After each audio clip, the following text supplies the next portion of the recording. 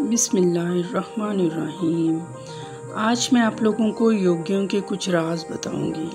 आप लोगों ने सोचा योगी बीमार क्यों नहीं होते, उनके ऊपर मौसम का असर क्यों नहीं होता, स्नोफॉलिंग में भी वो गर्म कपड़े ना भी पहने तो उन्हें फ़र्क क्यों नहीं पड़ता।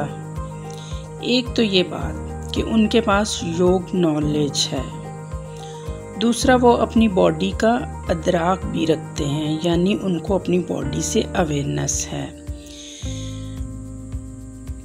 और तीसरी बात, वो प्रिवेंटिव मेजर्स लेते हैं, मतलब ये कि उनका लाइफस्टाइल हेल्दी होता है और नेचर से करीब भी, और फिर इसीलिए वो सेहतमंद ही रहते हैं।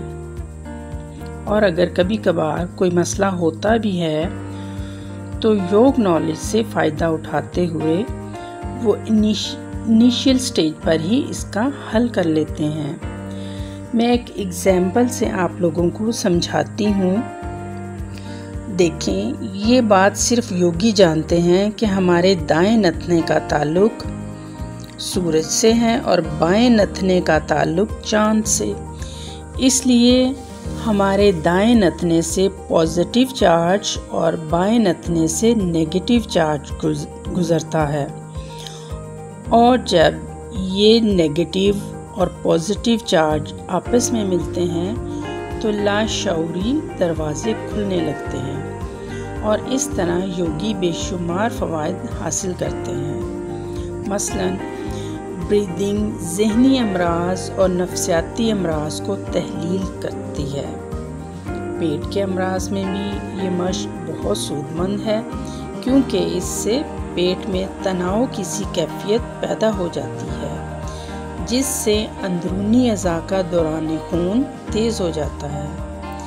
इससे बेख्वाबी का मसला भी मुकम्मल तौर पर हल हो जाता है।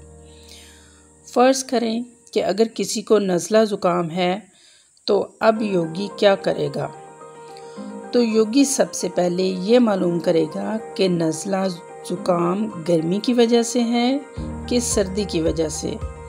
वैसे तो मेडिकल साइंस के मुताबिक नज़ला ज़ुकाम के जर्म्स होते हैं, मगर योगी जर्म्स वगैरह के चक्कर में नहीं पड़ते, बल्कि उनके मुताबिक अगर इंसानी जिस्म का टेम्परेचर नॉर्मल है तो कोई जर्म असरअंदाज नहीं हो सकता। इसलिए वो बजाय जर्म्स को हलाक करने के बॉडी टेम्परेचर को नॉर्मल करते हैं। यानी अगर बॉडी में हिद्दत यानी गर्मी बढ़ गई है तो इसको कम करते हैं, और अगर सर्दी के असरात हैं तो हिद्दत को ज़्यादा किया जाए। तो जैसे ही बॉडी टेम्परेचर नॉर्मल होता है, जर्म्स खुद ही मर जाते हैं। तो योगी को जब पता चलता है कि फ्लू हिद्दत की वजह से है, तो वो अपना दायां नथना रुई के फाहा से बंद कर देगा, ताकि पॉजिटिव चार्ज सूरज का दाखला बंद हो जाए और बाएं नथने से नेगेटिव चार्ज आना शुरू हो जाए, यानी बॉडी में ठंडक आना शुरू हो जाएगी, क्योंकि चांद ठंडक का इजहार करता है। आखिरकार फ्लू के जर्म्स खुद ब खुद हलाक हो जाएंगे और किसी एंटीबायोटिक की ज़रूरत ही नहीं पड़ेगी। ऐसे ही अगर फ्लू सर्दी की वजह से है तो बायां नथना बंद कर दें तो दाएं नथने से पॉजिटिव चार्ज मुस्बत रॉ अंदर जाना शुरू हो जाएगा। तो एक दिन में या 2 दिन में बॉडी टेम्परेचर नॉर्मल हो जाएगा और फ्लू से जान छूट जाएगी। इसी तरह अगर कोई बंदा सहरा में सफ़र कर रहा है तो वो अपना दायां नथना बंद कर दे और सफ़र करता रहे। तो ऐसी सूरत में आप गर्मी की शिद्दत से महफूज रह सकते हैं, क्योंकि बायां नथना आपको ठंडक पहुंचाता रहेगा। वैसे तो हर इंसान को अपनी बॉडी का अदराक होता है, उसे पता होता है कि मुझे किस चीज़ से एलर्जी है, मुझे किस चीज़ से क्या प्रॉब्लम होता है। मैं क्या खाऊं तो मैं सही रहूँगा, मैं क्या करूं तो मैं सही रहूँगा। इसलिए मेडिसिन के चक्कर में पड़ने से बेहतर है कि आप अपनी बॉडी को समझें और उसके मुताबिक उसका हल तलाश करें। मेडिसिन के इतने साइड इफ़ेक्ट्स हैं कि आप लोगों को पता नहीं है, आप लोग बिल्कुल भी नहीं जानते।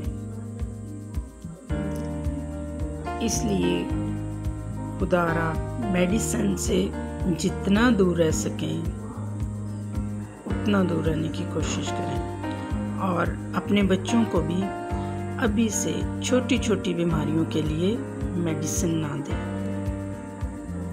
नेचर ने बहुत सारे सॉल्यूशंस दिए हुए हैं, सिर्फ इनको तलाश करना है। अब तो वो भी मसला नहीं है,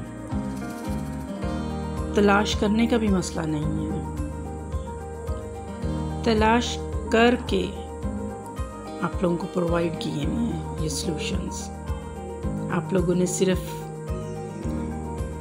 इस पे अमल करना है और अपने बच्चों को इसकी आदत डालनी है।